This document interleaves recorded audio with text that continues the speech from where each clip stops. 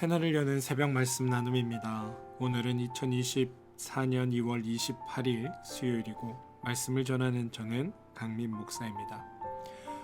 오늘 우리가 함께 나눌 말씀은 로마서 6장 1절로부터 3절입니다.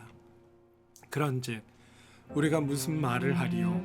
은혜를 더하게 하려고 죄에 거하겠느냐? 그럴 수 없느니라.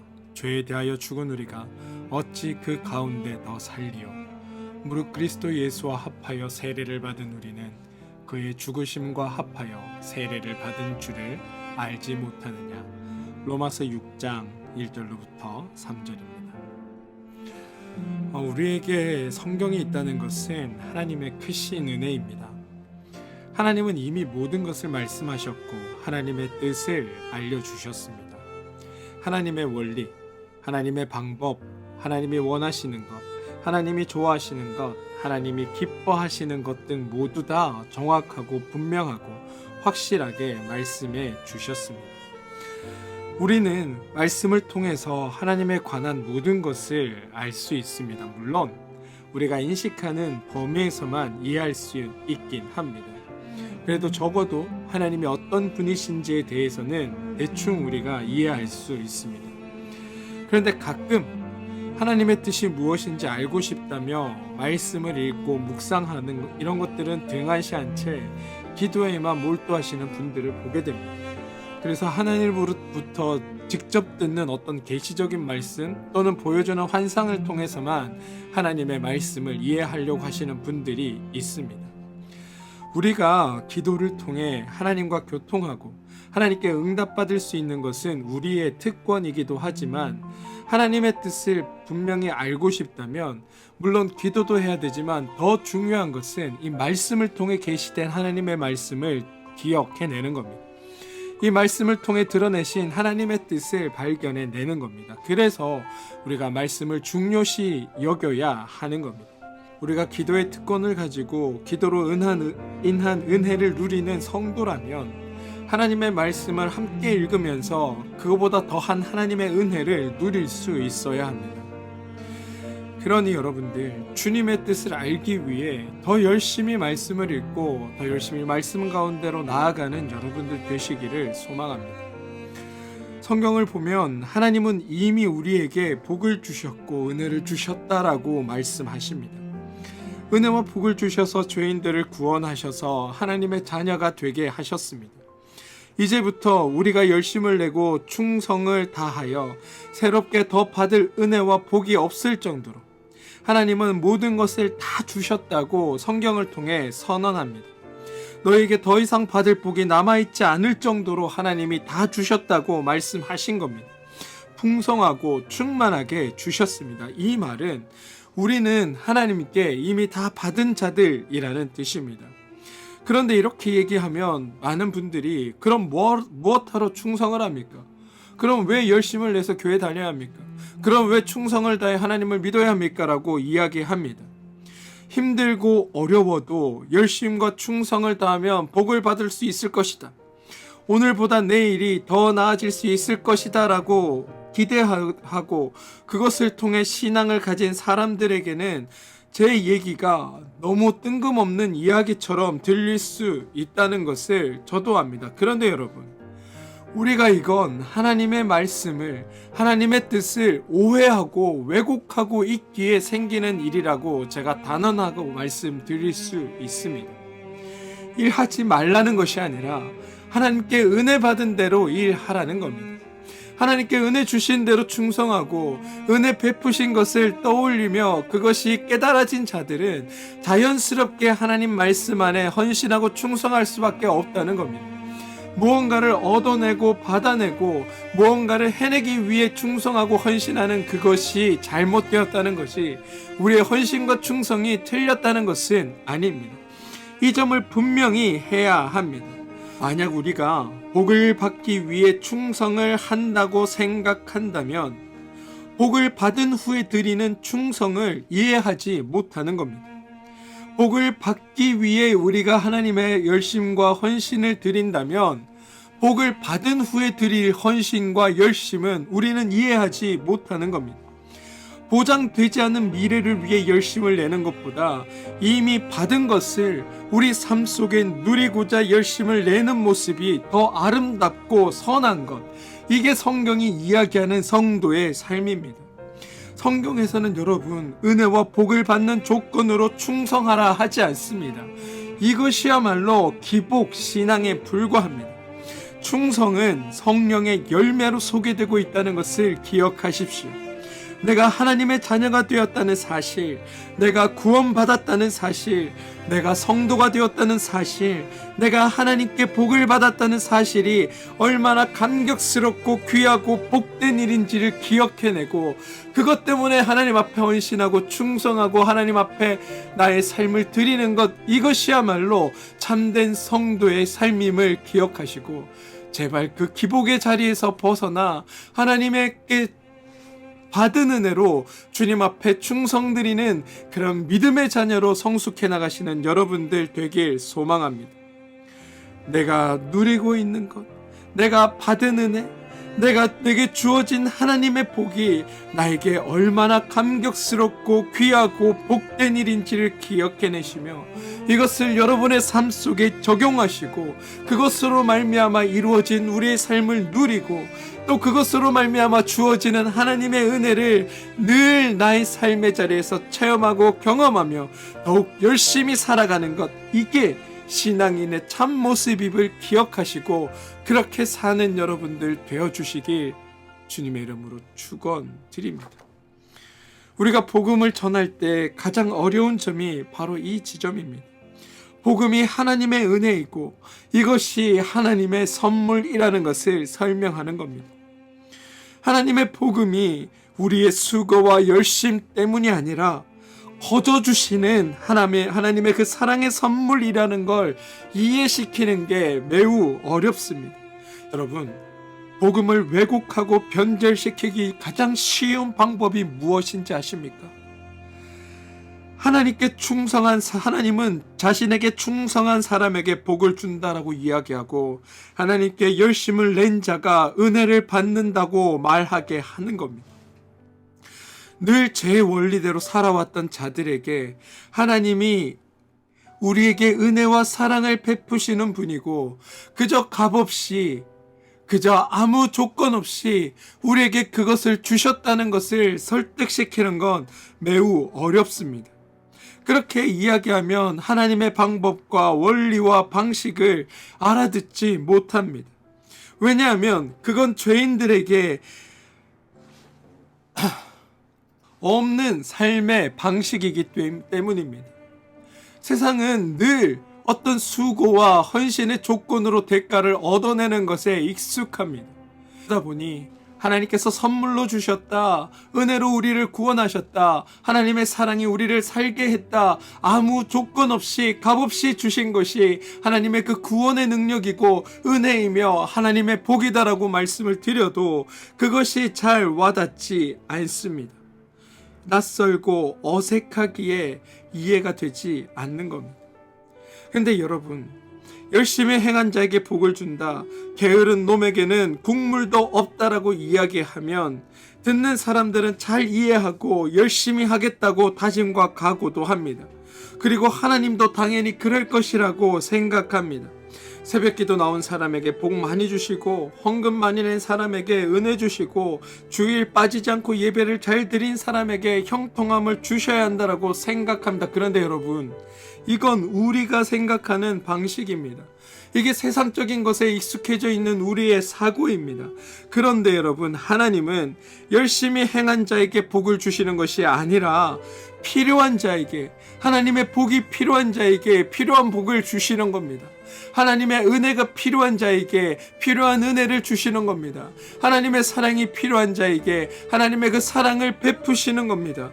충성한 자에게 은혜를 주시는 것이 아니라 은혜가 필요한 자에게 은혜를 주시고 열심이나 충성이나 부지런함이나 수고와 관계없이 그들에게 있어야 할 것들, 필요한 자, 복이 필요한 자, 하나님의 도우심이 요청되는 자에게 하나님은 그 모든 것을 베풀어 주신다는 겁니다.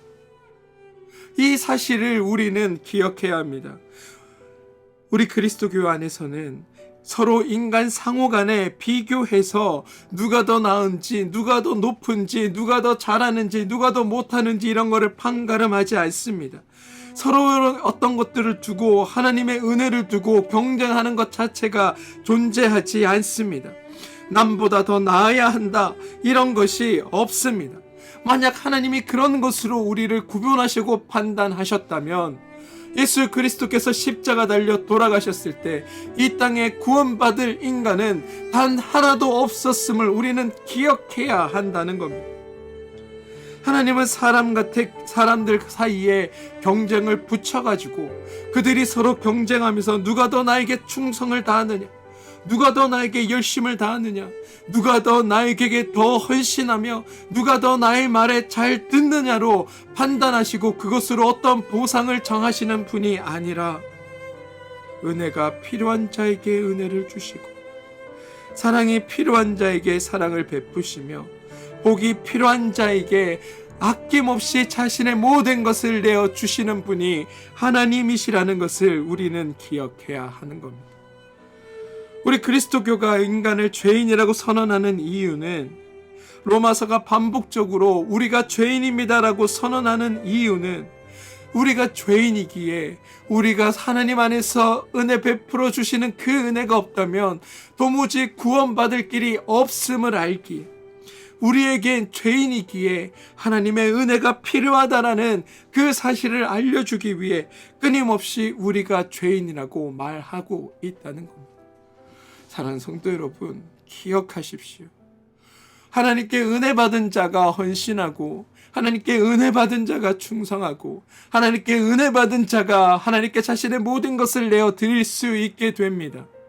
무언가를 얻기 위해, 받기 위해, 이루기 위해, 완성시키기 위해 하나님께 헌신과 충성과 물질을 드리는 것이 아니라 하나님께 주신 그 은혜 때문에, 사랑 때문에 주님 앞에 서는 것, 그게 성도의 삶임을 기억하시고 부디 제발 기복적인 신앙에서 벗어나 하나님만으로 만족하고 감사하는 그 믿음의 자리에 들어가는 여러분들 되시길 소망합니다. 하나님은 우리의 필요를 채워주시는 분입니다. 그리고 우리에게 무엇이 필요한지를 이미 알고 계시는 분입니다. 우리가 하나님께 드리면 그때서야 아시는 분이 아니라 우리가 하나님께 고백해야 그때서야 인식하시고 반응하시는 분이 아니라 이미 알고 계시고 더 나아가 우리의 필요만 알고 계신 것이 아니라 우리에게 가장 좋은 것이 무엇인지를 알시며 그것을 우리에게 먼저 베푸시고 행하시는 분이 하나님이라는 그 믿음의 고백이 우리 안에 있어야 하는 겁니다. 여러분, 우리는 지금 필요한 것이 채워지지 않아, 우리의 문제가 해결되지 않아 행복하지 않은 것이 아닙니다. 우리는 이미 필요한 것이 채워졌고 문제가 해결되었고 완성되었고 하나님의 구원과 은혜를 성취하고 이룬 자들입니다. 이미 행복과 자유와 평안과 안식이 하나님으로부터 우리에게 주어졌습니다.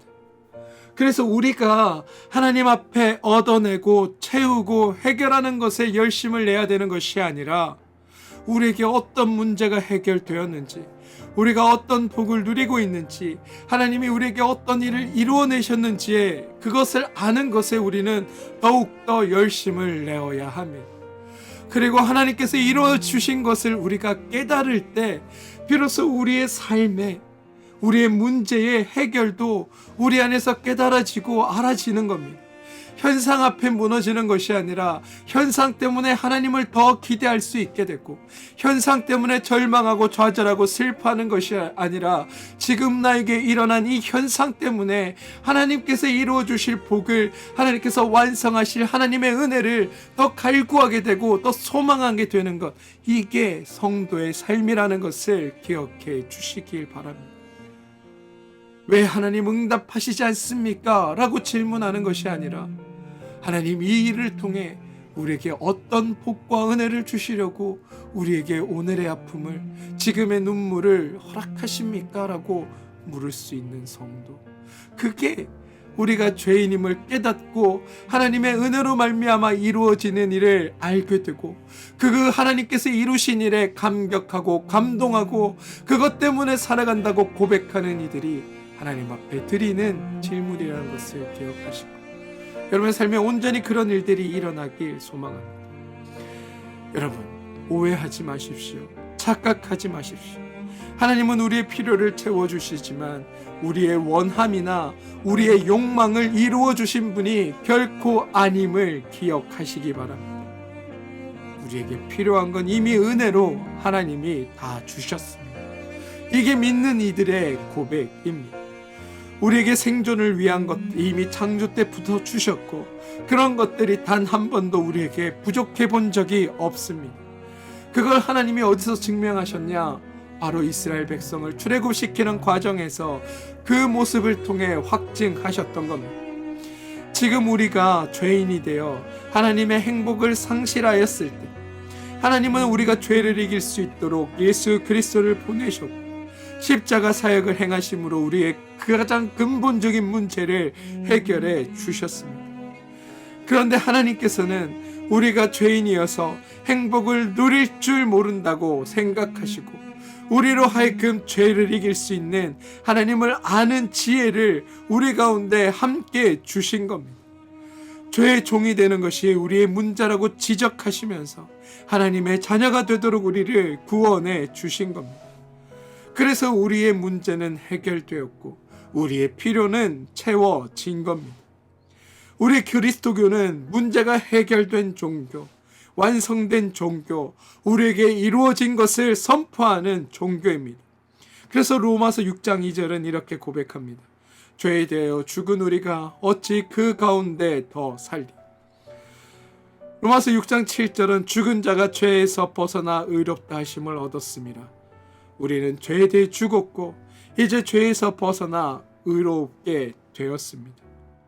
이 말은 우리에게 하나님의 은혜로 말미암아 가장 인간의 근본적인 문제가 해결되었고, 하나님이 우리에게 하나님의 자녀로서의 복된 삶을 주셨다라고 선언하는 선포임을 기억하십시오. 로마서 6장 1절에 다 가면 이런 질문이 나옵니다.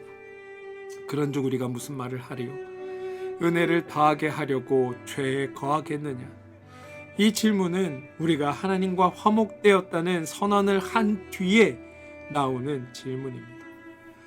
더 받은 자가 더 받고자 하는 목적으로 죄에 거할 수 없다라는 말입니다. 우리는 이제 죄에 거할 수 없는 존재입니다. 이미 하나님의 뜻을 알았고 하나님의 마음을 알았고 하나님의 은혜와 하나님의 구원을 경험한 자들입니다. 그러니 이젠 우리는 죄인처럼 살면 안 됩니다. 세상적인 가치관과 생각을 버리고 성경이 말씀하시는 하나님의 그 온전한 뜻을 쫓아 살아가는 존재가 되어야 합니다. 그래서 로마서 6장 2절에 이렇게 고백하는 겁니다. 그럴 수 없느니라. 죄에 대하여 죽은 우리가 어찌 그 가운데 더 살리. 여러분, 우리는 죄에 대해 죽었습니다. 그러니 이제는 죄인이 더욱 아닙니다. 그런 은혜를 우리는 이미 받았습니다.